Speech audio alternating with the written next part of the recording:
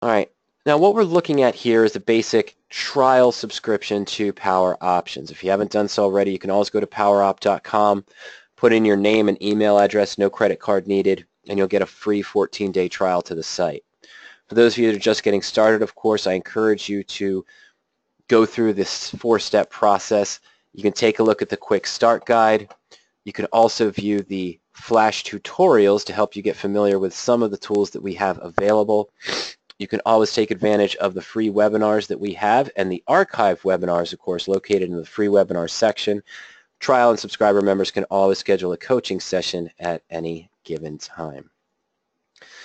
Okay, so first question that came in looks like it's from Jim. I'm sorry, yeah, it's from Jim.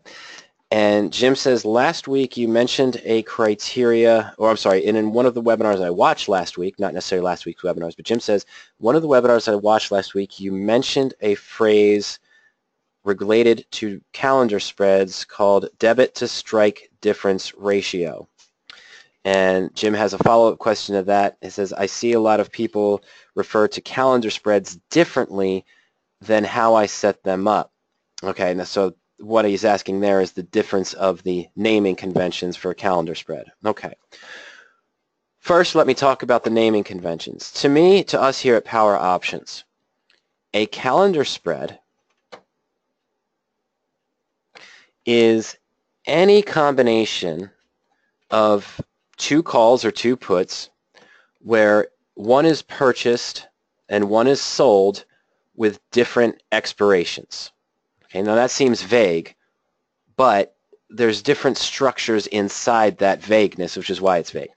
So what does it mean by a calendar spread? Some of you may have heard this referred to, one part of a calendar spread referred to as the poor man's covered call, where you buy an in-the-money leap far out in time, okay, 12 months, 16 months, or so forth.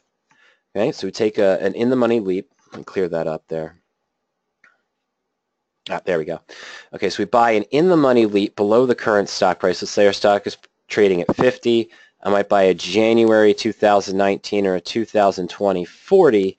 Then I might be selling near-term, weekly, monthly, 51, 52 and a half, just out of the money calls against it. So this is near, and this is far, and it's referred to as the poor man's covered call by some users. I just call this a diagonal spread. It's a diagonal calendar. I'm buying an option far out in time, selling near term at or just out of the money. Okay, that's a diagonal. It's a calendar spread, but it's called a diagonal. A horizontal spread is also a calendar spread. Okay, a lot of people, when they say calendar spread, they mean horizontal. I like to use the different terms. Diagonal, when they're different strikes, one still farther out in time. Horizontal, when they're the same strike. So it would kind of give me a profit and loss chart similar to an tent profit and loss chart, maybe a short straddle profit and loss chart, but with a curve to it because of the time variance. But with our stock trading at 50, I'm selling a near-term 50 call, and I'm buying a far-out 50 call as well. That's a horizontal, same strike spread. The diagonal is when they are different strike spreads, and we prefer to look at the ones where you're buying an in-the-money call, simulating stock ownership and selling at or out of the money against it. You can do reverse calendar spreads where you're buying a near-term, let's say, May option, and then you're selling something out to September. And it gives you a very different profit and loss chart. I'm not a fan of those. I don't do them personally, but that's sort of a reverse calendar because you're going opposite. So anyway, that's the naming conventions to me and what we show in PowerOptions. So we've got the diagonal. That's different strikes where the further out option is, the option that's bought is further out in time. Horizontal, which is the same strike spread as well. All of those are calendars. And if you use calls, it's a calendar call. If you use puts, it's a calendar put. Now, all that being said, let's get to the nitty-gritty. Some of the main components of a calendar spread, which is why I had mentioned I don't like referring to the diagonal spread as a poor man's covered call. When you do a calendar spread, when you buy an option that's in the money, let's take a look at this trade desk one, the first one that appeared on the list. No, let's not. That's way too far out of the money. Let me make a subtle change here to the short option. I'm only going to go 3% out of the money here or more. Okay? All right. But what we want to look at here, that's a little better. We'll take Walt Disney. The stock's at 101.15. And I might buy a January 2019 90 strike call, simulating the stock ownership, but I'm paying $14.55. I'm going to hedge that by selling an out of the money, closer in time, not too close in this case, but it's a June 104 call for $2. Let's just take a quick look at the profit and loss chart. So this is our default search from PowerOptions. I made the change to get closer to the current stock price. But let's look at the profit and loss chart very quickly. Always gets me when it does that. There we go. Okay, so this does look similar to what one would consider a covered call profit and loss chart. If I bought the stock today at 101.15 and sold the 104 call for $2 out to June, we'd have a cost basis of about 99.15. That would be our break even. Pretty close to where we are here. But we've got a 99.15, and then we just have the stock sort of, the covered call position sort of do this. And then at 104, it's straight across. And then we're just going to go down, down, down. Okay, so that's sort of what the covered call would look like. Our calendar spread is more curved. I'm pointing this out because, yes, we only had to pay $1,200 per one contract, which represents 100 shares. Instead of buying 100 shares of Walt Disney at 101.15, which would have been $10,115 minus the $200 we receive from selling the premium.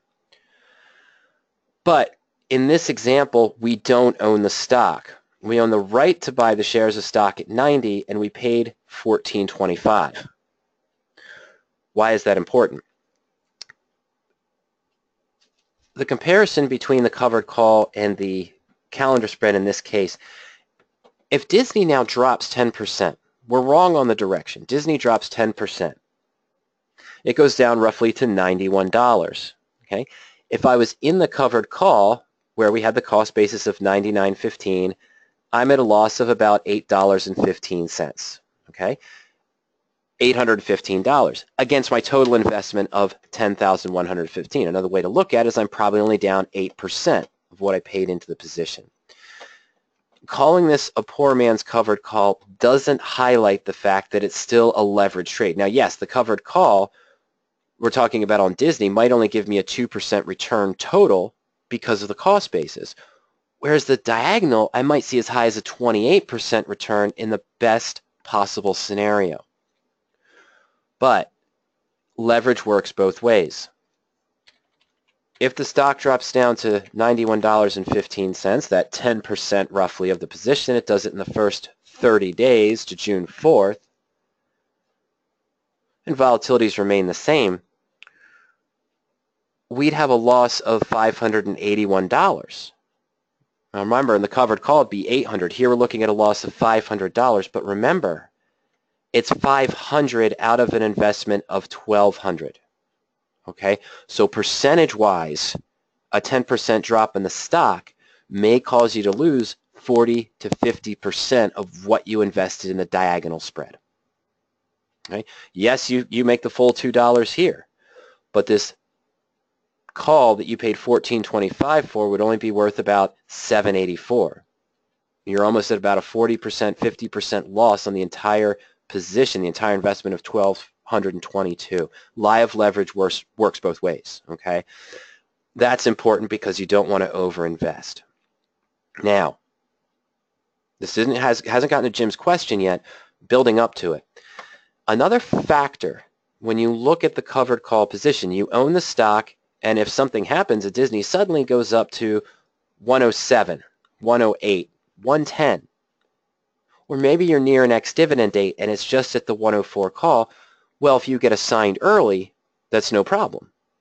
Well, might not have been what you planned for, but if you get assigned early because the stock suddenly gapped up or you're near an ex-dividend date and the stock was right at or just a little bit above your short call, even if you had 10 or 15 days to go or 30 days to go, and you got assigned early, no problem. You lose the shares of stock, you already covered it. In the diagonal spread, you don't own the stock. Okay? One of two things might happen. Hopefully, what your broker will do is exercise the long, the 90 call that you bought. They'll use that to buy shares of stock for you at 90, deliver them at 104, and you get the $14 back. Okay, the difference in the strike prices, you get the $14 back.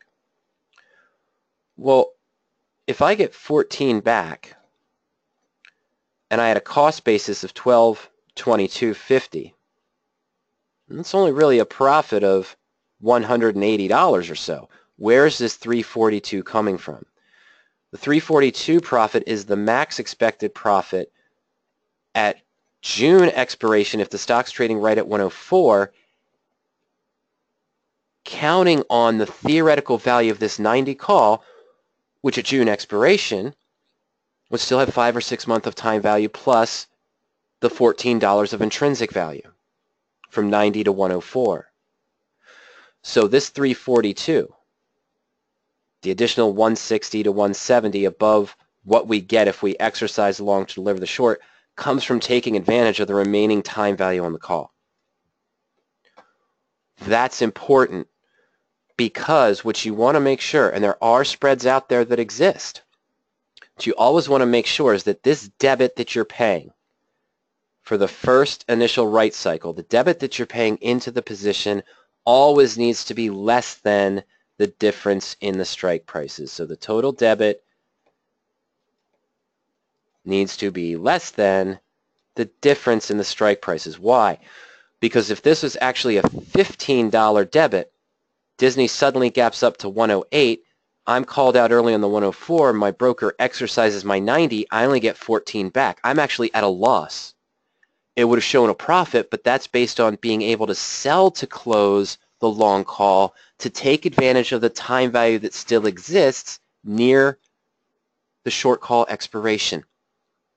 But if you're assigned early and your broker automatically cancels or exercises the 90 call to deliver at 104, you only get 14 back if your debit was 15. You locked in a loss of $1, even though you thought you'd have a profit near 15 or 20%. That's why your net debit always needs to be less than the difference in strike prices. One of the filters that I use for the default searches in the diagonal screens on calendar spreads is the debit to difference in strike ratio to be less than 1. So Jim, that's what that means. The positions you're seeing on that search where the debit to strike difference ratio is less than 1 means that even if you're assigned early, you'll still get a profit, although it might not be close to the maximum profit that was expected because you didn't take advantage of the time value. Now, 5 or 6 months ago, we had a customer who had an entirely different scenario. Those of you that are planning on trading calendar spreads, you want to talk to your broker and ask them how would they handle an early assignment for your diagonal spread, or if you're even using a horizontal spread, how would they handle early assignment? And the reason why you want to know that is because a few months ago, a customer of ours, is still a customer of PowerOptions, had a position similar to this, but let's say Disney was trading up at 103, actually in his case it was at 104.10. Okay, and he had a May, let's say in this example, the stock's at 104.10, it's just above his short call, and he had the May 18th expiration, let's say. Okay, so he's slightly in the money, but he's got May 18th. He thinks it's going to be okay. He's going to wait to buy it back later. Now, the customer admits he messed up a little bit, but this is one of the other rules that you should always follow. In this example, what had happened to him, if this was the trade today, May 4th, was the ex-dividend date. So today, May 4th is the ex-dividend date. Yesterday, the stock was at 104.10. What does that mean? He got assigned early at 104 because the dividend was larger than the difference from the stock to the strike price, or the person who owned the short call wanted to take advantage of the dividend because it was better than the offset difference. So he got assigned early on May 3rd. Well, May 4th was ex-dividend date, and what happened to him? His broker did not exercise the long to deliver the short. They said that because it was two different expiration dates, if it was a bull call debit spread where you had the same May 18th expiration, they would have exercised the 90 to deliver the 104, but because these were different, they didn't do that. So what has happened to the customer? Monday morning, May 4th, or Friday morning, May 4th, my apologies, he's now short shares of stock on ex-dividend date. So what happens? He had to pay the dividend on 40 contracts, 4,000 shares. He had to pay the dividend because he ended up being short the stock. And of course, the stock pulled back a little bit after that.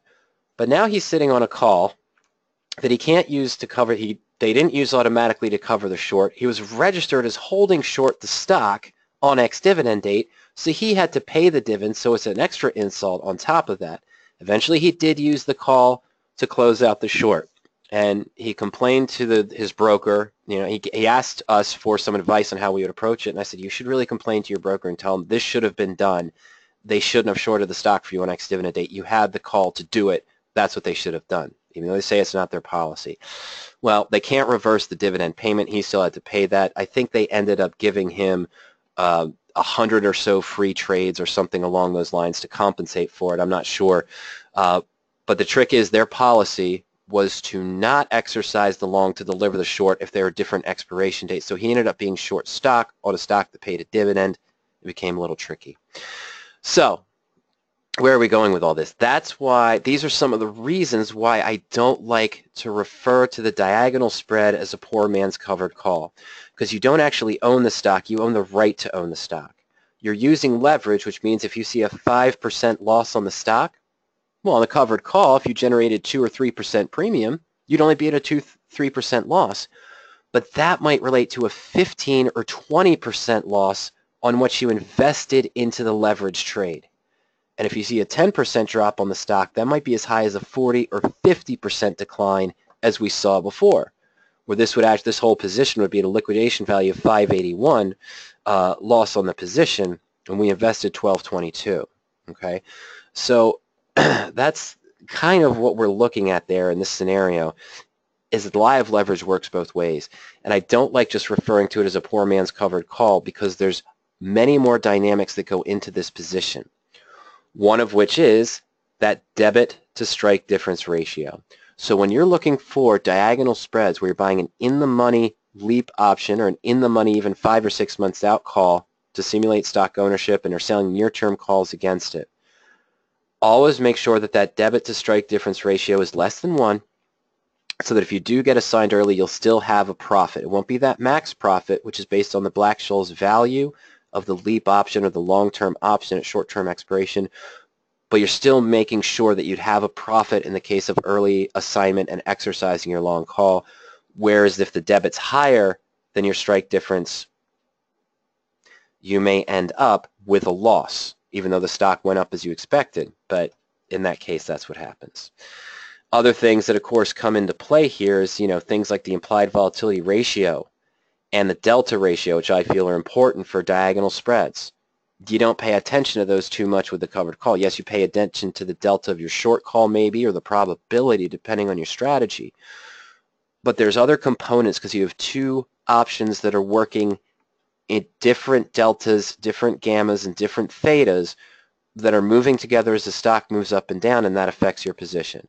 Sure, the covered call we could say has two legs as well, a stock leg and a short call, but the delta of your stock is 1. The delta of both options in the calendar spread are going to be consistently shifting as the stock moves up and down. So that's one of the other things. We're using diagonals, which is called the poor man's covered call sometimes. You have to focus on those other criteria, because the ratios between the two options, the delta ratio, the implied volatility ratio, and of course the debit to strike difference ratio, because you can get yourself into trouble. Now, you can say that, well, those are similar things that you'd look for in a covered call too. The debit to strike difference ratio we could call the net debit of the covered call, and in that case you always have to have a net debit lower than your call strike price, otherwise it won't be a profit. Well, when I'm searching for covered calls, though, I'd always be looking for a positive return, and I'd never sell an option below intrinsic value that would guarantee me a loss. So you don't really come across that too often, but yes, you could argue that, because there's two legs in a covered call as well. All right, so that handles Jim's question about a little bit about the diagonal spreads, the definitions of calendar calls. A calendar spread is just two options that are used of the same type, calls or puts, where you're buying one and selling one with different expiration dates. And then a diagonal is when the call is when you're at different strike prices between the one you're buying farther out and the one you're selling. Horizontals are the same strike spread. They're both calendar spreads, is where it comes from. And then the important criteria we look for, the delta ratio, the debit to strike difference ratio in our diagonal spreads, and of course the implied volatility ratio as well. Okay, let's see here. What other questions have come in? And just a reminder to everyone, you can send your questions in using that question pod at any time during the webinar. I'll just spend about 20-25 minutes or so covering a little bit on diagonal spreads, the risks of assignment, and why I don't like to refer to them as poor man's covered calls as well. That was Jim. Okay, John here asked, do you offer ratio spreads on PowerOptions? We don't have a strategy for ratio spreads or ratio back spreads of the available strategies. Here in the other strategies tab menu, you can see the available ones: bear call credit, bear put debit, bull call debit, bull put credit, calendar call, calendar put, and the search. I didn't mention that. The search and calendar calls, you can structure it to look for horizontals or diagonals. They're not two different series. They're not two different strategies. Covered calls, covered puts, covered combos, butterfly, Iron Condor, long call, long collar, long put, straddle, strangles, married call, married put, the naked calls, of course, naked puts, short collar, short straddle, short strangle, right? The 23 most commonly used strategies. We don't have a search for ratio spreads or back spreads. You can use the custom spread tool to build a ratio spread if you know the stock. Okay, the custom spread tool allows you to build a position on the fly. So if I wanted to build a call ratio spread, and just type in AMAT, look at the options, go to May 18th, which expiration I want, and I'd probably try to do maybe buy one of the 5250s. This is a common ratio spread, not the back spread, and sell two of the 5350s, keeping them $1 apart. Of course, you can see why when I graph this, I don't do this. So yeah, I'm going to get 260 here, so I get a credit of about 86, 87 cents. But in the call spread, you have infinite risk to the upside if the stock goes above 55, 56, and continues on. But you get the credit here, and then you get the peak here, because it's essentially a bull call debit spread with an extra naked call on it. That's why the risk is infinite to the upside. And the back spreads, we might reverse this. I might buy two here and sell one. In this case, we could do it. This is one way we could do it. We could probably do it the other way. That's not what you're looking for. I'm sorry. I always do that backwards. I do apologize. Oh, we could do it in this fashion too. And that kind of gives you this, but then you have got that infinite risk to the upside also, because there's still a naked call involved on the position. But you're looking for profitability in this range. But we don't offer that. There is a way that you can use the debit spreads to look for a structure where the option that you're buying can be 50, the net debit of a standard bull call debit or bear put debit. The debit would be equal to the difference in strike prices, or 50% of the strike price. That might give you a good starting point. Okay. All right. Let's see here. I apologize for the sniffle. Getting over, I don't know if it's allergies or what. I don't think it is, but getting over a cold and some allergies as well.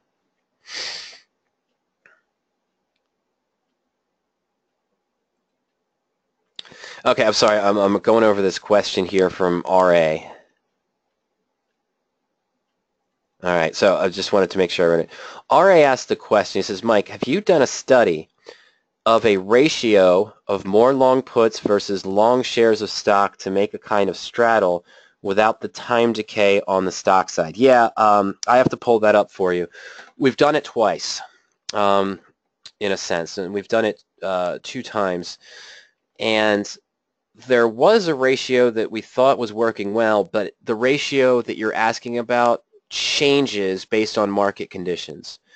Now, I have a position right now that is ratioed, not to the way that you're talking about, but it's 100 shares of Sony and 2 July 50 puts to give me that synthetic straddle. And it was doing exactly what I wanted to until this week. So it was over here. It was doing exactly what I wanted it to in the 45 range. We were going to close out these 250s by 145 and have a small risk position, a small risk married put. And we bought the stock at 50-50. Okay, so we were going to have a very small risk here with the stock at 45.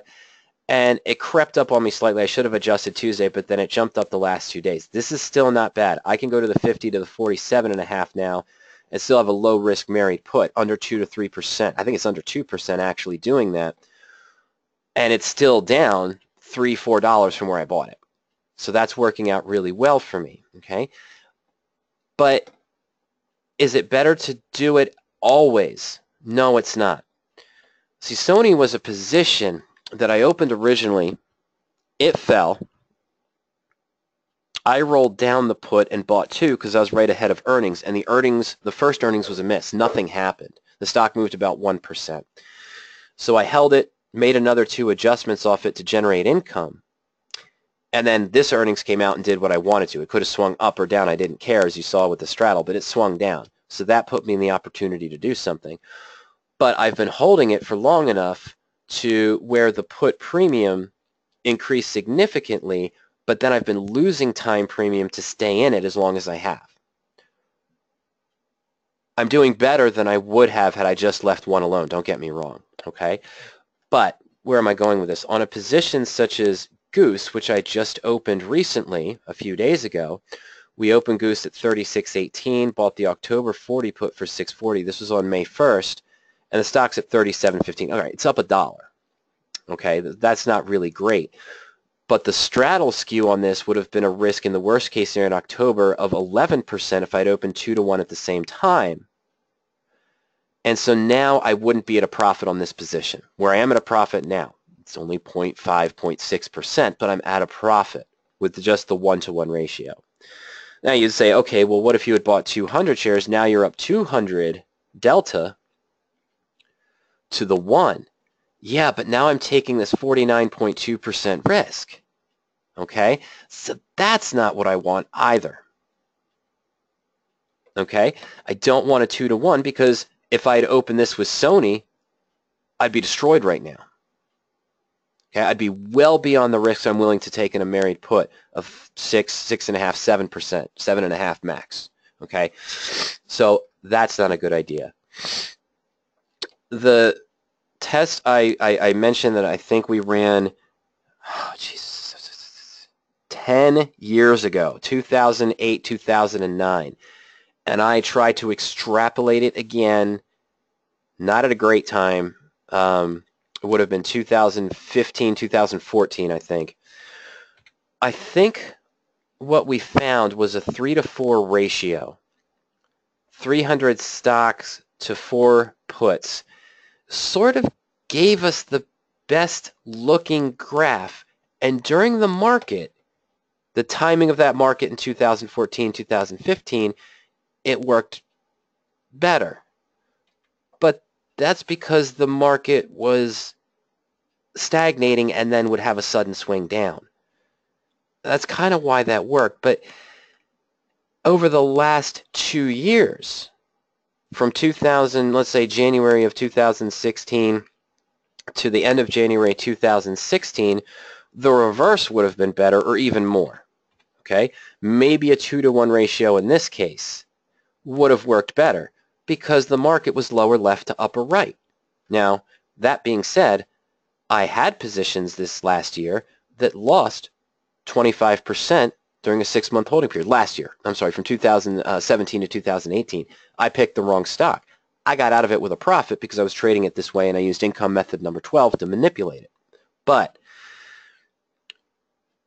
this is what we saw. I'm sorry, what we saw here was the best one was that 3 to 4 ratio, but I was still outperforming from when I started trading radioactively in 2008. I was outperforming when I just bought 1 to 1 than had I have bought 4 to 3 or 3 to 4. But in the times we looked at it, this was the best combination because of the market conditions. In the last 2 years, it would have worked as well. It is geared to the upside.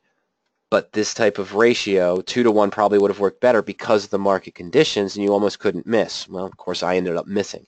But that's the idea. So this is the best we've come up with, the best we've seen. If I ran it again the last year, it would be completely different because of the market conditions.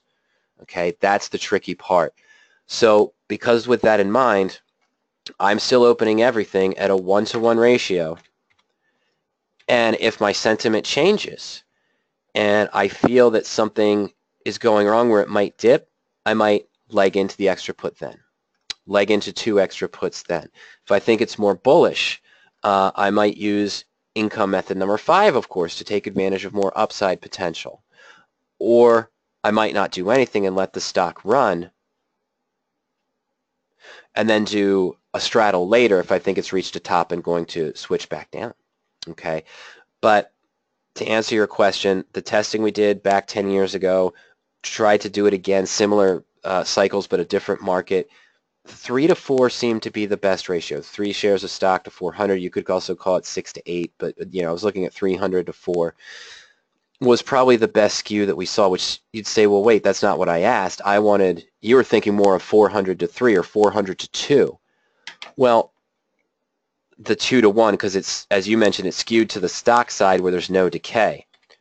Well, yeah, but if you happen to do that on the stock that I had that moved down 35%, where everything is moving up 5 to 6% every 60 days gradually, the loss you would have taken on this one would have wiped out all those gains. You would have been better with a 1-to-1 ratio, okay? Because eventually you will pick a stock that doesn't do what you want, regardless if it matches the same criteria of all the ones that are doing what you want to. That's the nature of investing. And of course, the criteria that worked 8 to 6 months ago are not the criteria you typically want to stay with in this market. You might want to do different adjustments there for bullish or for bearish strategies as well. Okay, so that's the best I have for you, RA. I'm almost positive it was a 3 to 4 ratio. 300 shares of stock to 4 puts to get the extra downside in case it moves down. But that's opposite of what you expected. You thought it would be higher if we did the stock one. So there isn't time decay.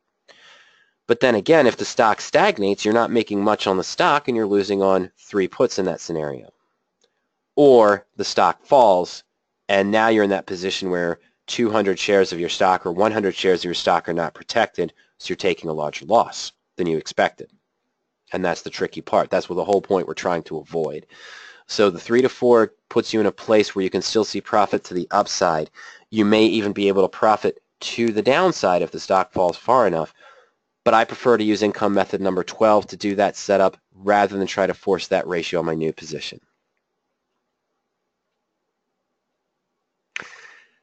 This is, excuse me, hold on one second, folks. All right, this is completely speculative. I don't know these stocks, Rhajiv. I can't even mention it, honestly. But Rhajiv's question is, which strategy is better? Buy stock with a short straddle or condor on ETF like XLF, XHB, XME, or XOP. If you're planning on doing either one, my answer is going to be buy stock with a condor. Okay? Why? Because if you buy stock with a short straddle, you're taking double risk to the downside. We talked about that last week. It's called a covered combination. Buying stock with a short straddle where you're selling out of the money call and selling out of the money put is called a covered combination. The long stock does not cover the obligation of the sold put. Okay? Meaning that you'd still have to put up extra capital. You have to buy the stock. You have to put up extra capital to cover the short put too. You've got twice as much invested. And if the stock falls, the ETF, I know, but if the ETF falls unexpectedly, a change in sector, change in sentiment of the sector, you lose on the stock and you lose on the naked put. Okay, so I think the Condor would be better because you know the combination up front. Now, again, I have to mention, I don't know these securities. I know them. I know what they're mostly called. I know what they mostly perform. Actually, I thought this was at a much different price, so I shouldn't even say I know them. But I don't know them graphically. I don't know what they've done in the last year, the last 2 years. This seems small, but right here I can tell you. And of course, this was for the unexpected February 5th. That's what it was, Mike. February 5th to 9th decline, and then the March 20th to April 5th decline. And as mentioned, a couple webinars ago, I'm sure you all watched it because you watch all my webinars. I don't mean you, Rhajiv, I mean everybody. Everybody watches all my webinars. Just kidding. This lower left to upper right is what we saw from 2016 to January 2018. This type of market that we saw in this 2-month period here from February to beginning of April, we hadn't seen since about September to December 2015 to 2016. Right after that is when the run started. So am I saying another run starting? No, I'm not. I'm saying that this type of 2-month volatility we hadn't seen in about 2 years. And we talked about that a couple webinars ago. Stock with short strangle, covered combination, looks, I'll do one for you, but it looks more like this without the outer wings to protect it, meaning you would have got slaughtered here on the ETF and the naked put. Just when you thought things were recovering, you would have gotten nailed here. And you're doing pretty good here, but now you're taking losses again. So I'd say looking at the last 3 months, because I don't know if the next 3 months are going to be the same way, Rhajiv. I don't know if it's going to do this again or if it's going to do this. In which case the covered call / Iron Condor portion would be looking okay on the position. It would still have an infinite upside. But if it does this, at least with the Iron Condor, you only have the 2, 3, 4, or 5 point margin from the short put and the long put that you're buying, but you're still losing on the stock. It's not extra coverage. Okay, so this chart looks similar, and there's a little blip here with the financials, but then it really took off there too. Okay. But all these different sector ETFs are going to be subtly different based on there's going to be different changes, but all of them probably had this movement February 5th to 9th, March 20th, March 20th, 22nd to April 5th. So we're about the 22nd. XHB, let's just take a look real quick. Sorry for the sniffle again, folks. And, ooh, I know that doesn't look like much, but that's a 12-15% decline. This one looks like it's down more. This with just the naked put would have been hurt more over the last 3 months than the Iron Condor. But you still would have lost on both of them. Don't get me wrong, Rhajiv. You lost on both of them in this scenario. Would have made money here, but lost on here. That one took a little bit more of a beating. This is, I'm sorry, folks, this is the home builders. Okay. XME. See, not as much consistent down here. This is the metals and mining, but it's also been more truncated than the others, it looks like. I know it's staying in a tight range, 30, 32, 34, but that's significant depending on what strikes you select for the short strangle or for the condor with your long stock position. But yeah, here, losses, snap up gains, snap down losses on both the naked put and the long stock, again, the long ETF, back up to a little bit normal and then another snap. And your last one was XOP.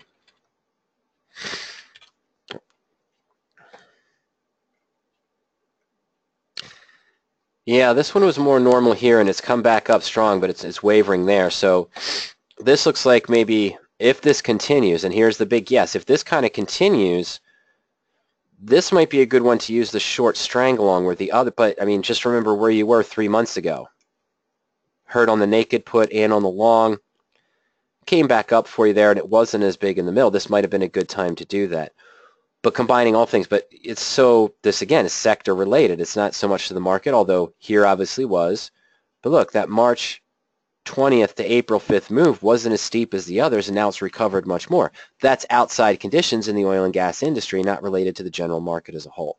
Okay, so you kind of see what I'm saying here, Rhajiv, is that based on the movement, if you did the stock with a short strangle, I think you would have been hurt more in the last 3 months. You'd probably be having losses right now. You'd be at significant losses, I think, on some of those.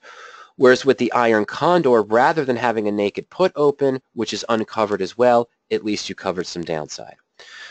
Going forward, not knowing the future, seeing the big move today, some strong indicators and some strong openness there in the markets. Let's just take XLF financials. Yeah, let's take XLF.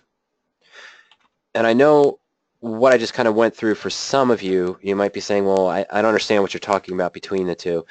We sort of talked about why it would have happened with the combination of a long stock, a covered call with a naked put. is essentially another way to look at the long stock with a short strangle, or what's called a covered combination, one of the 23 strategies we saw.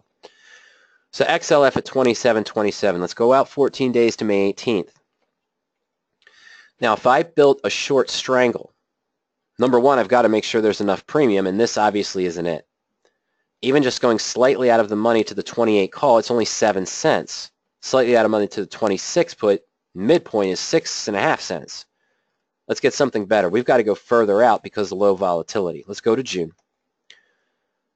Still terrible. All right. But we'll take the right at the monies to look at something reasonable. Stock right now, XLF is trading at 27.27. 28 call, 27 put. Sell both. This is what Rhajiv, this structure is what Rhajiv was referring to as the stock with a short strangle. And I have to go right at the strike prices in this case. This might have been a bad one to select because you saw there's really no premium there because of the lower volatility of the ETF in general, as much as they've been swinging. But really, another way to look at this is a covered call. I bought 100 shares of XLF, sold a June 28 call for 30 cents, it's about 1% return. But then I'm also generating extra premium with an out-of-the-money 27 put for 51 cents. So it doesn't give me two ways to lose, right? It gives me a positive 2.9% return to the upside if the stock is trading above 28 and I'm assigned. And my short put would be out of the money. That would expire worthless. But if the stock falls, the ETF falls 26, 25, you're doubling the loss.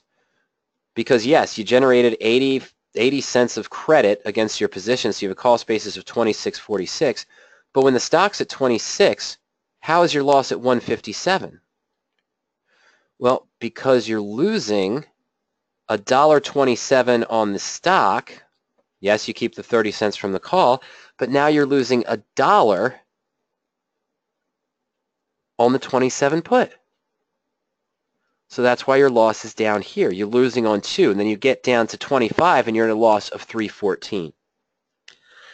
In addition to that, the stock, as I mentioned, covers the obligation of the short call, so you don't have to put any margin, but a stock doesn't cover the obligation of the short put. You have to buy more shares of stock if the stock's trading below it. So in addition to the 26.46 I'd have to pay out of pocket, 27.27 minus the premium, 26.46, I've got to put up another $2,700 if I have to be cash secured for one contract of this put. So now I've got $5,346 on the line. Okay, so I mean, if you're bullish, this might give you a better return. I agree, but you're doubling the risk. Now, what happens if we implement the Condor? Well, if I implement the Condor, what it means is we're going to take Rhajiv's long stock position. We're still going to have these two sold, but instead now I'm going to buy a 26 put and I'm going to buy a 28 call. Okay, so I'm going to have an Iron Condor, 29 call, an Iron Condor with a 28-29 bear call spread, 27-26 bull put spread on top of the stock. So this will limit that loss back to just owning the stock outright, although it will lower the maximum return. But we're going to see an interesting offset because we own the stock. What do I mean by that? Well, normally, let's take that out. We'll take the stock out. We'll finish our Condor. We're going to buy a 26 put at 23, 25 cents. So we're taking away half the premium of the naked put. You know what?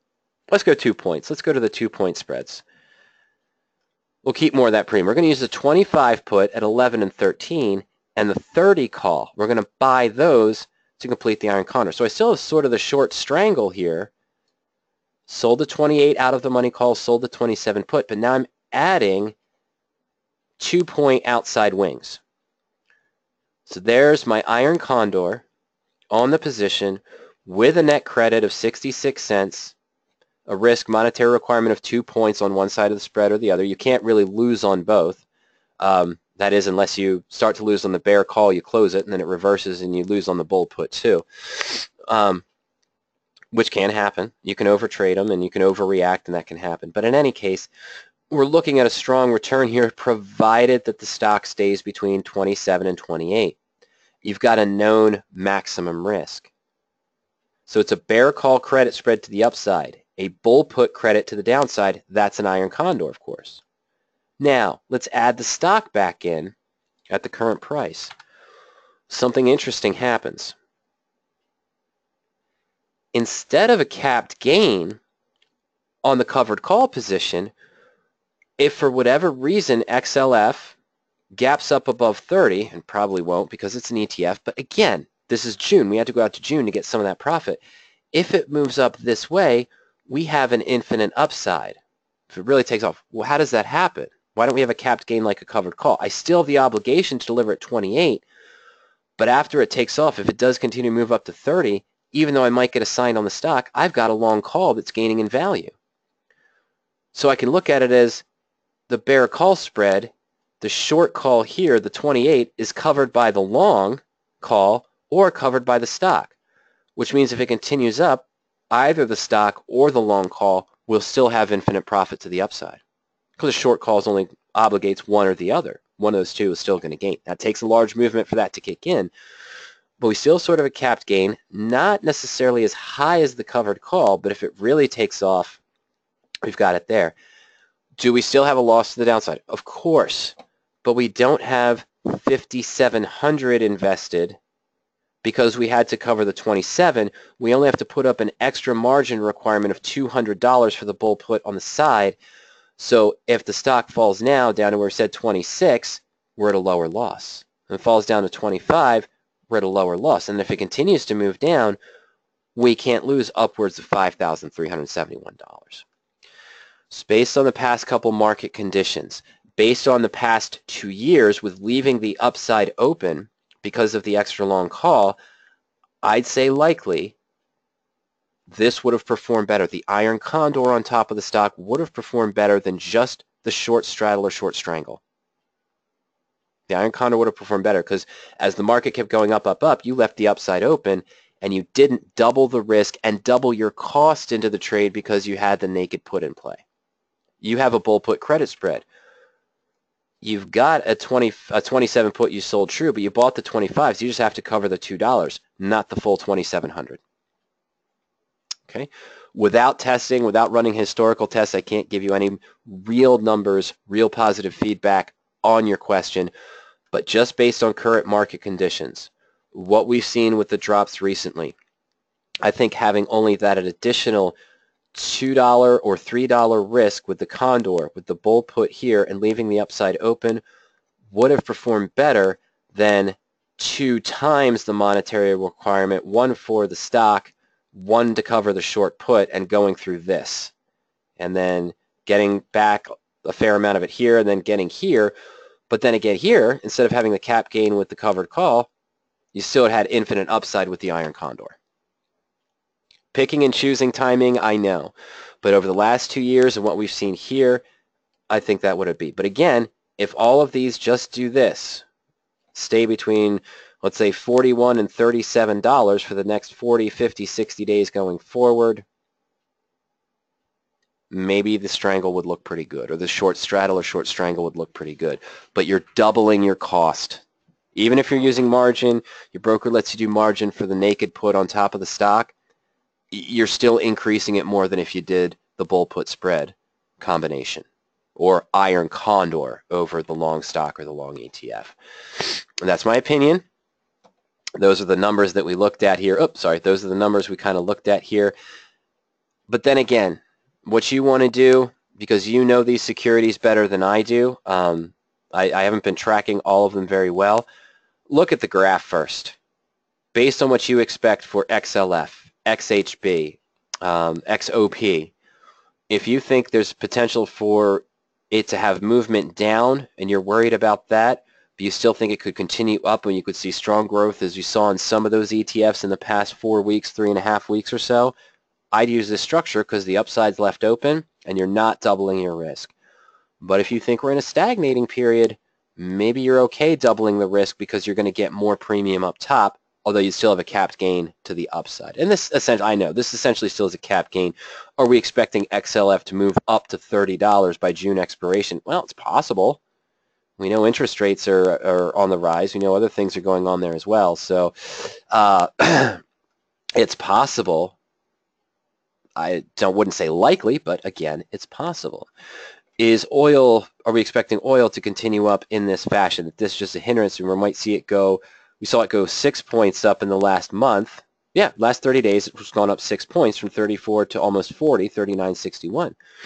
So in the next 30 days, do we expect it to go up to 46? I don't know. But if you expect that, use the Condor. Leave the upside open and still generate some premium. Because as you saw, we have to go out to June to get the good premium on most of those. Okay, I didn't look at the XOP chain. Let's see if theirs is, the XOP chain is very similar to what we saw with XLF. Okay. Let's do the same thing. Let's just go to the custom spread. Let's go back to this one. I'm sorry, folks. Instead of chain, let's just go here and do it. So XOP, May 18. Okay, these premiums aren't too bad. I mean, I could go out to 41 and get 34 cents. It's 3 points away. I can go to 42 and get 16. Remember, on XLF, we went one strike above, and we were looking at 15. We were looking at 7 cents. So that was too little. So this might give you a little bit more freedom. But the reason why it has higher premium is it's almost twice the price. Not really twice the price, but it's a higher price. It's in the 39 range there, 39.61 range, again, 39.50 as opposed to 27.27. Good. But there's also probably been more volatility on this one compared to XLF over the last. I think the home builders probably have more volatility, and that one's been on a steep decline, as we saw when we looked at the chart. So I'd really be concerned of that continuing. And I'd likely just prefer to use the Condor setup in that case to limit the downside. But again, this one has the better premiums, so you probably could get a good return just going to May with either structure. But again, base it on what your expectation is for XOP.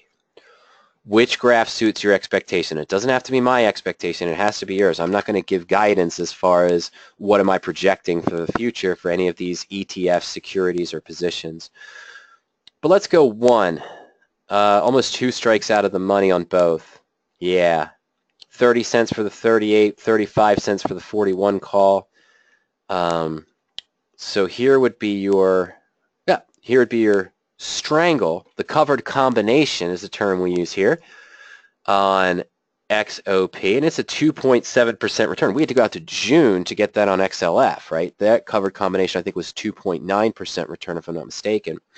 Maybe it was lower, but there's 2.7 in 18 days. That's really good. But again, risk, monetary requirement, not 3,800, 3,900, it's 7,600. Okay. Now, let's add in our wings for the Condor. Try to keep it 2 points apart. I might even go 3 points apart. Oh, no, 36 is fine. 6 cents. We're taking some off of it, I know. 43, 7 to 8 cents. That's good. Now we've got the Condor in place. A 38.36 bull put, 41.43 bear call on top of the stock. Yeah, bye-bye. Buy both. Now you don't see it here extrapolate from the chart, but the risk only goes up 200 points to 41.09. We get less credit, and so where we saw the profit here of 2.3% if assigned at 41, it's a little bit lower at 150, 151.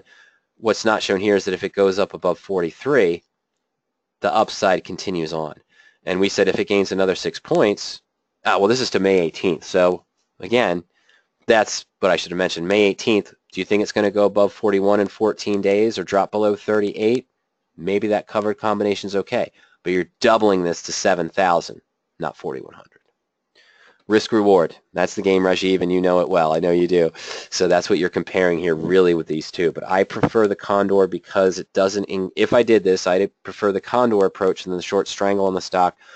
So I'm not doubling my risk on the position to cover the full obligation of the naked put play, and I leave the upside open in case the ETF continues to move up consistently in price. All right. Okay, well, ladies and gentlemen, we're just at 5:30 p.m. Eastern Time. We ended covering about 3 or 4 topics today. If anyone has any last-minute questions, please feel free to go ahead and send those in. I'd be more than happy to handle an extra 1 or 2 questions that come in, maybe wrap up pretty soon. But again, just want to remind everyone, of course, if you haven't done so already, you can always go to powerop.com and just put in your name and email address there, and you can get the full 14-day trial if you haven't done so already.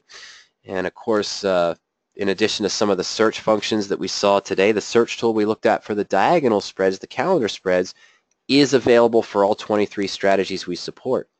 We offer picks of the day, monthly and weekly picks of the day for covered calls and naked puts. It's not recommendations directly, but they're the result of extensive testing Ernie did over different 1-year periods and 3-year periods to find the best combination that was the most successful in different markets over time, which is, slightly in the money call for both. Of course, a neutral to bullish market, so it worked out really well. There's also the picks of the day for the naked puts also, but in the other strategies you have that search tool.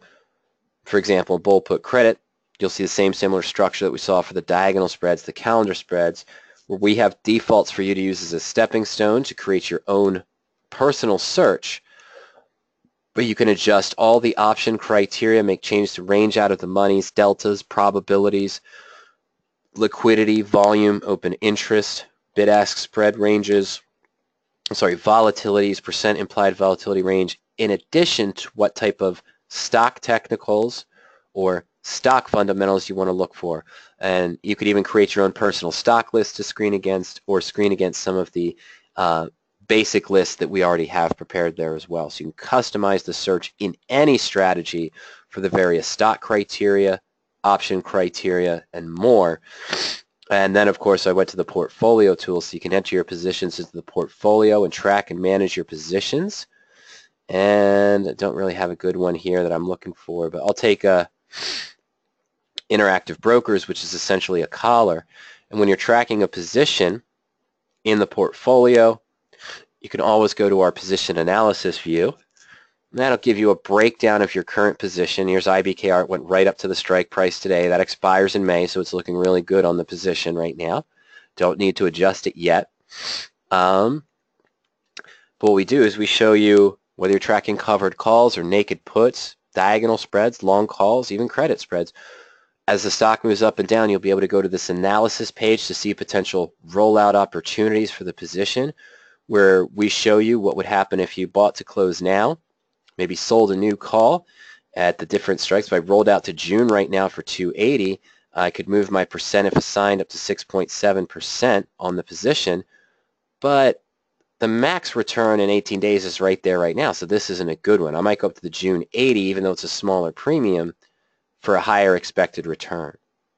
So you'll be able to evaluate the rollout opportunities on the positions you're tracking. We do all the math for you, but it's always great to see it graphically. So as you're analyzing one of the rollout opportunities that pops up, you can go to Simulate Trade, and you'll see a side-by-side comparison. On the left in red is my current position, and on the right in blue would be the new position if I performed this adjustment. And again, this one I'm not too jazzed about. It does increase my return by 3.1% from liquidation right now, but my max return in 14 days if the stock stays around this is 5.9. I only take it up 0.7% by rolling from May to June. This doesn't match my goals, so I wouldn't do it right now. But I'm showing an example. You see the side-by-side graphic comparison in addition to the numerical comparison with the new calculations that we saw on the previous page. And we get that by tracking any position in the portfolio, going to position actions, and then position analysis to evaluate the rollout opportunities. All right, so just wanted to make sure that everyone saw all of that. All right, well, it doesn't look like we had any last-minute questions come in today. Oh, sorry, folks, I must do something here real quick. So, oh, there's one, okay. I did get a last-minute question. Let's take a look here at something. Okay. Okay. All right, so Rhajiv's follow-up is, Oh, he's got a married put position on Intel we looked at last week. It said stock did not move, waiting for some more movement before making any changes. Bought Intel at 52 and bought the 55 put for September. That's right. Did I actually put that in the portfolio last week? INTC. No, we graphed it, or it was 2 weeks ago. We graphed it, but I did not add it to the portfolio, I'm pretty sure. I did. No, I didn't. Okay, these are the ones for the comparison. All right. So just building on the fly, that's what I use the custom spread tool for, INTC. September 55. Yeah, when we were waiting for movement, I think your price was up at 550, 580. I can't remember what it was, 580, 560. All right, and I don't remember if you...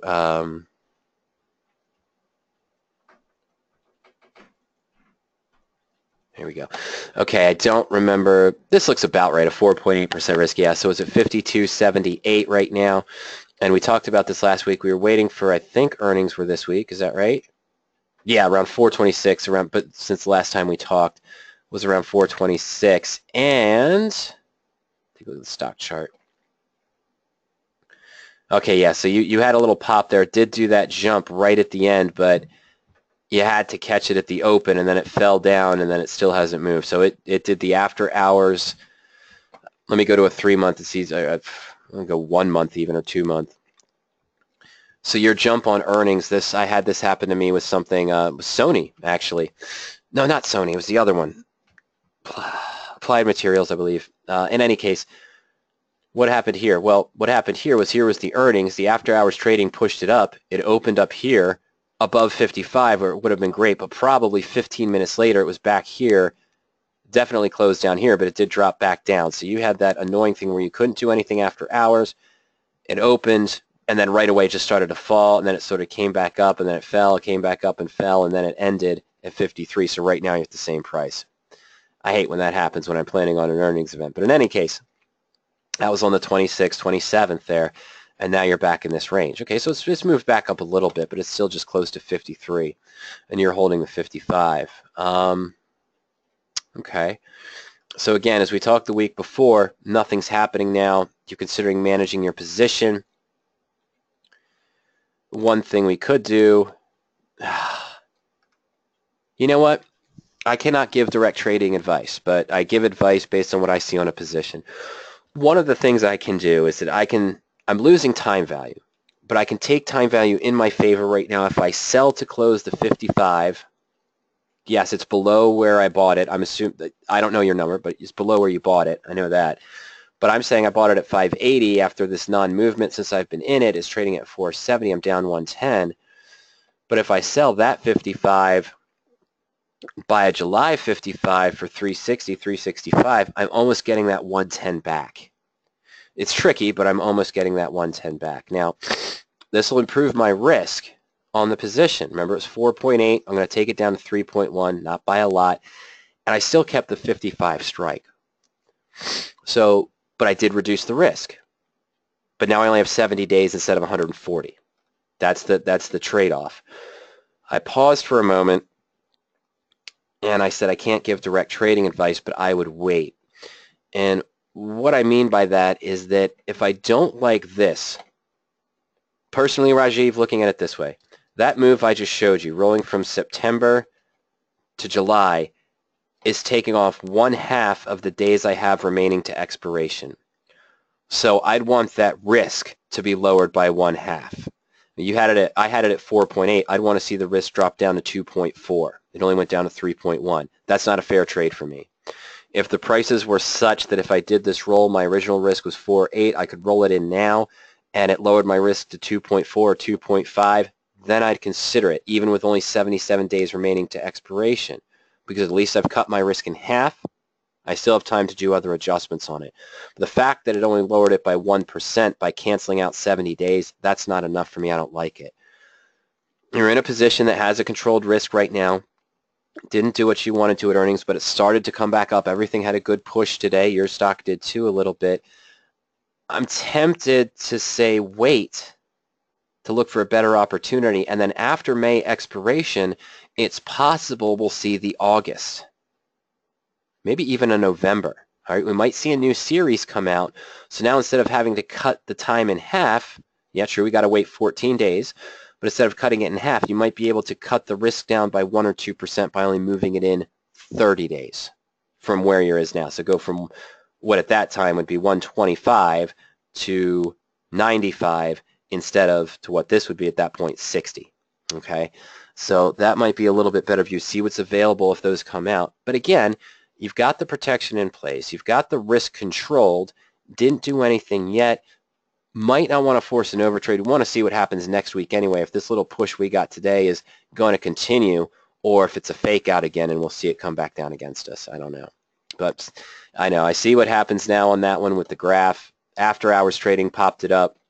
And then before you could probably do a thing, it came right back down and was trading in this range, ended up closing right where you started from. This happened to me a couple times last year and once already this year. Never fun. All right, so Fernando asked, do you use gamma in your analysis? No, I don't. Not for adjusting covered call positions, married put positions, radioactive trades. I don't use it for bull put spreads, for any part of my analysis, for rolling, adjusting. I might look at it only in my diagonal spreads. That's the only time I would pay attention to gamma, really. It's just something I'm not overly concerned with. And I get the benefit of using it in your screens. I get the benefit of using it in your analysis for rolling a position or adjusting a position. Fernando, don't get me wrong. It's just that I think it's a little overkill for the common strategies I use. To me, in a bull put, I'm not worried about what the gamma is doing as part of a management. I'm worried about if the stock nears my short put strike price. I'm worried about if my probability or maybe my delta ratio shifts too quickly because of a sudden move in the stock. Not overly concerned about gamma. And when I look to roll a position, I'm more concerned about, look, I opened a spread, let's say, for 50 cents. The spread moved against me. It's going to cost me 90 cents to close it. I need a new spread that has a probability I want, because I still want to keep within my rules of what I want to trade, but it has a positive net credit of at least 50 cents again to push this whole position back up to a profit. If the gamma tells me to do one thing, but the profit isn't there and the probability isn't there, I would never do it anyway. I have to have those three things first. Gamma's way down the line for me, and really, honestly, I don't look at it at all. Only time I have looked at gamma in consideration is in my diagonal calendar spreads. Could I have traded better using gamma? I don't know. I honestly don't know if that would have affected my trading at all. The thing to keep in mind, Fernando, is that, how do I want to say this? Everything goes hand in hand. Okay? What do I mean by that? An investor tells you that you should only open bull put spreads that have a delta of less than 30 for your short option and have a gamma of less than 0.05, and at the same time you should never have an implied volatility below 0.10 or above 0.6. Well, that's a tall order, isn't it? Let me show you something. Okay, let me rephrase that. Let me say naked put for a reason. Let me explain that. Say naked put for a reason. Okay, let me go into the search tool for naked puts rather than the bull put credits. But still, same concept.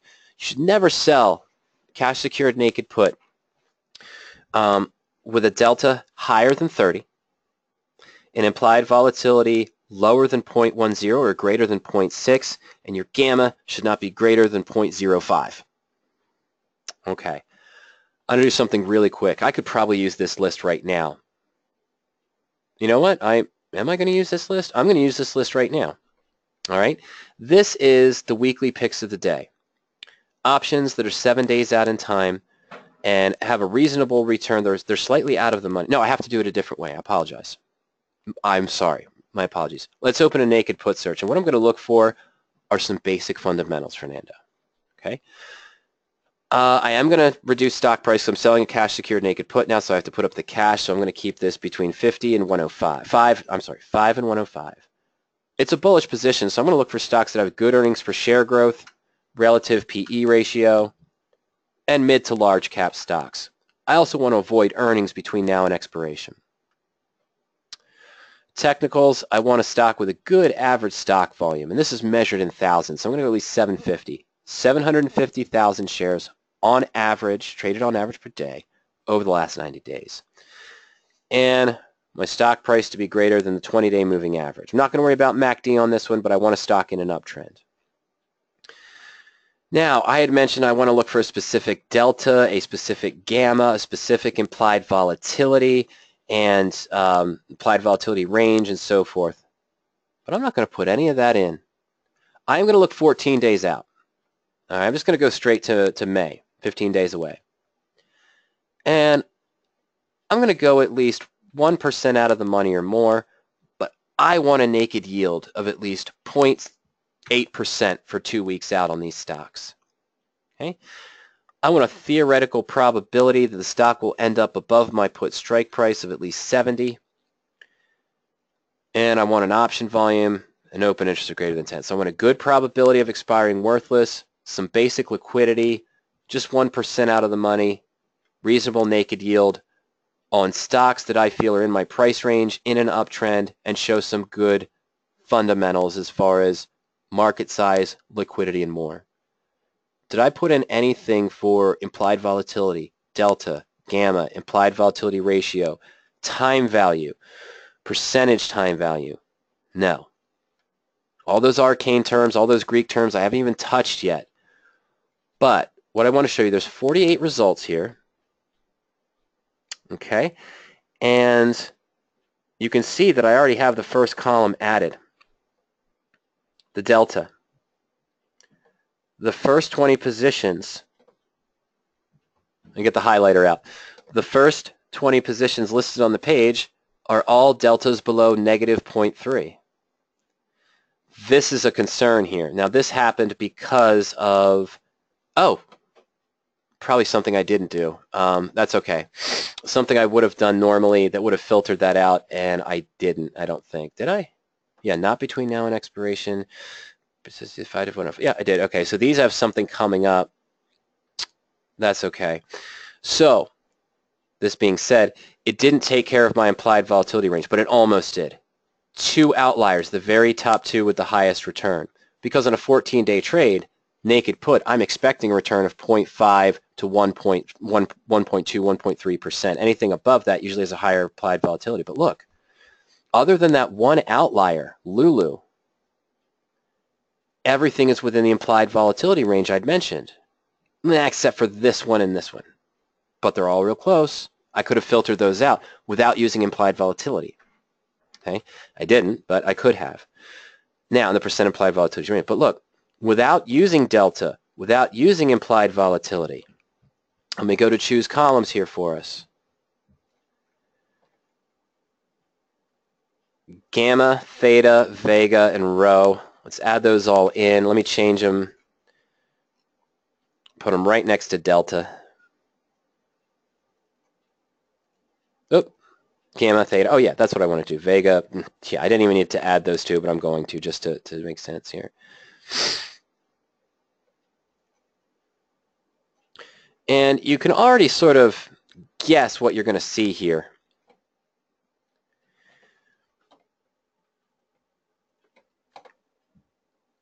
Is that we kept gamma in a strict range, pretty much as far as gamma goes here. This one's a little bit off the CPE on that position, but it's still close to what we'd be looking for on that. Now, I just threw out the 0.05 number, but I wouldn't look for that kind of gamma anyway.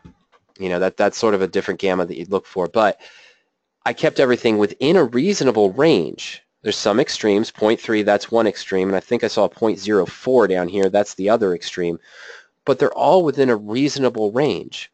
The theta, relatively reasonable, except for the ones that had the higher premium for the higher implied volatility, sort of spike up a little bit more. But they're all within a reasonable range. Vega, which you wouldn't use anyway, but it's all within a reasonable range. So a lot of times what I'm showing you is a lot of times in these searches, if you look for something that matches a good criteria set, meaning a good goals, meaning that you want to be out of the money, good probability, you want a good return, good open interest, good volume, good liquidity, and good stocks to match it, that's your return. Now right away I might look at Alexis and say this is too volatile without even looking at the implied volatility. But I look at Weight Watchers, and these are all in line for what I wanted without using any of the Greeks. Okay? What's most important to me in this position? And why did I go to naked put instead of bull put? Well, because this is probably the put I would be selling for a bull put, and then I just buy one below it. See, at that case, what is of more import to me than the Greeks themselves when I'm opening a position is, do I like the stock? So I'm going to go to the stock chart as we did earlier today, and I'm going to make sure this is a stock that has a current chart that makes me feel comfortable of trading as a naked put, neutral to bullish, without any big changes, and it doesn't have any events coming up. Do I feel 66 is, once I look at the chart, is that a good strike price to support? Well, I know it is because it has the probability I want. Okay? Does this premium match my goals for a 14-day trade?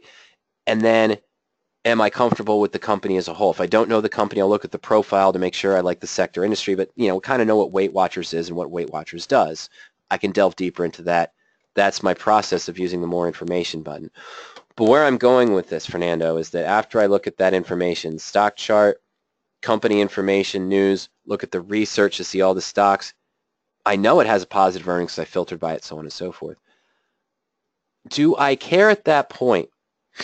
If I like Weight Watchers and I like this 1.5% yield for this May 66 put with an 80 strike premium, I'm comfortable with this and I like the stock, does it matter to me what the delta is? Does it matter to me what the gamma is? Does it matter to me what the theta is? Not really. Those are using to compare against other positions. I'm looking for the position I feel is best to match my goals for the next 14 days for my trading plan. Not comparing it really against others. I'm looking for the one or two I'd open today that really match it the best. Now, my conversation is a little bit of a cheat. I understand that. Why do I say that? Well, it's because I used probability. And probability is similar, close to delta. Okay, it's the same type of equation that's used to derive the two values. The delta is uses the Black-Scholes. The probability still uses the 52-week trading range of the stock, standard deviation of those values to get the bell curve, so that you can apply where is the stock likely to be trading in the next X or 30 days. What is the likelihood it's going to be trading above or below this price in the next 15 to 20 days? Based on that extrapolation. That's very similar to volatility, which is used in the Black-Scholes model, which is used to calculate delta, gamma, theta, vega. But 90% of the time when I run a search, really works when I look at the married puts, Fernando, as you mentioned. If I put in the criteria I want for stocks that I want, that have the trend that I want, have the risk that I want, or no more than 15% in the money for the put, I'll run that search during a webinar. Then I'll add all the Greeks. And again, someone asked me, what delta do you use for the married put? What gamma do you use? I don't. Because when you look at the results that come in, the gammas are all within a range on the married put, using the default criteria of, let's say, 0.5 to 0.7. Mostly it's 0.55 to 0.65. Gammas are all in a line. Theta, vega, they're all in a similar line without using any of that criteria, because everything goes hand in hand. You find quality stocks that are neutral to bullish, that aren't too volatile perhaps. Your Greeks are all going to be equivalent. You'll see outliers, okay, and that's a warning sign to me. This is not a good thing. Seeing a high implied volatility, a high delta, even with 70% probability, this is a warning. This is almost double most of the other ones on the list. Why? Something is coming up or has come up. Even though earnings are not coming up because we filtered it out, something volatile has happened recently, or some event is coming up in the future on EXEL that may cause the stock to swing wildly, and I don't think a naked put is the position I want if it goes against me and swings wildly in the opposite direction. Recap, Fernando, if you have the time this weekend. Okay, so I'm talking about the search here. You're talking about other analysis. And to answer your question there too, Fernando, no. When analyzing a rollout, I don't use gamma either. Why? Because I'm more looking at the new return on my position. And if the roll matches my trading plan for my return goals for a 20-day, 15-day, 30-day trade, does it have the probability I want to roll to for the structure that I'm using? Those are all initial criteria that my main focus is on. Gamma is way down in the 7th or 8th level if I even look at it. Okay, those other things are more important to match my trading plan, keep my risk controlled. Does it make sense? Does the graph itself make sense for what I feel is the direction of the stock?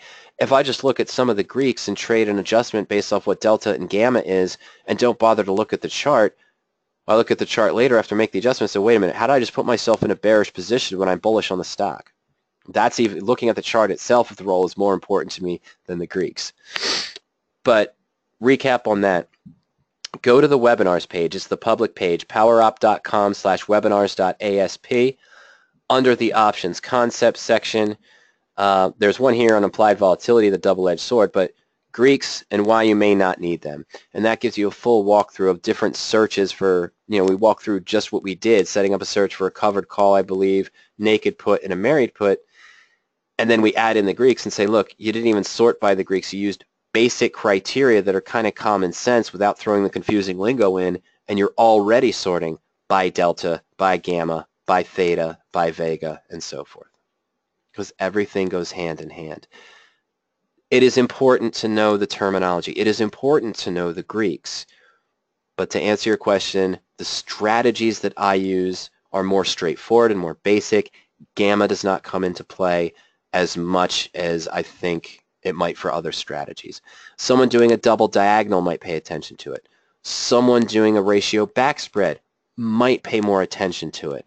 But again, entering one of those more complex trades or managing one of those more complex trades, I'm more focused on, does the new return still match my goals for the strategy to keep me in a profitable level over time with my risk-reward ratio, my win-loss ratio, and does it still match my sentiment for the stock going forward? I don't want to roll for the sake of rolling. It still has to match where I think the stock is going to make an adjustment, because otherwise I'll get trapped in an errant position.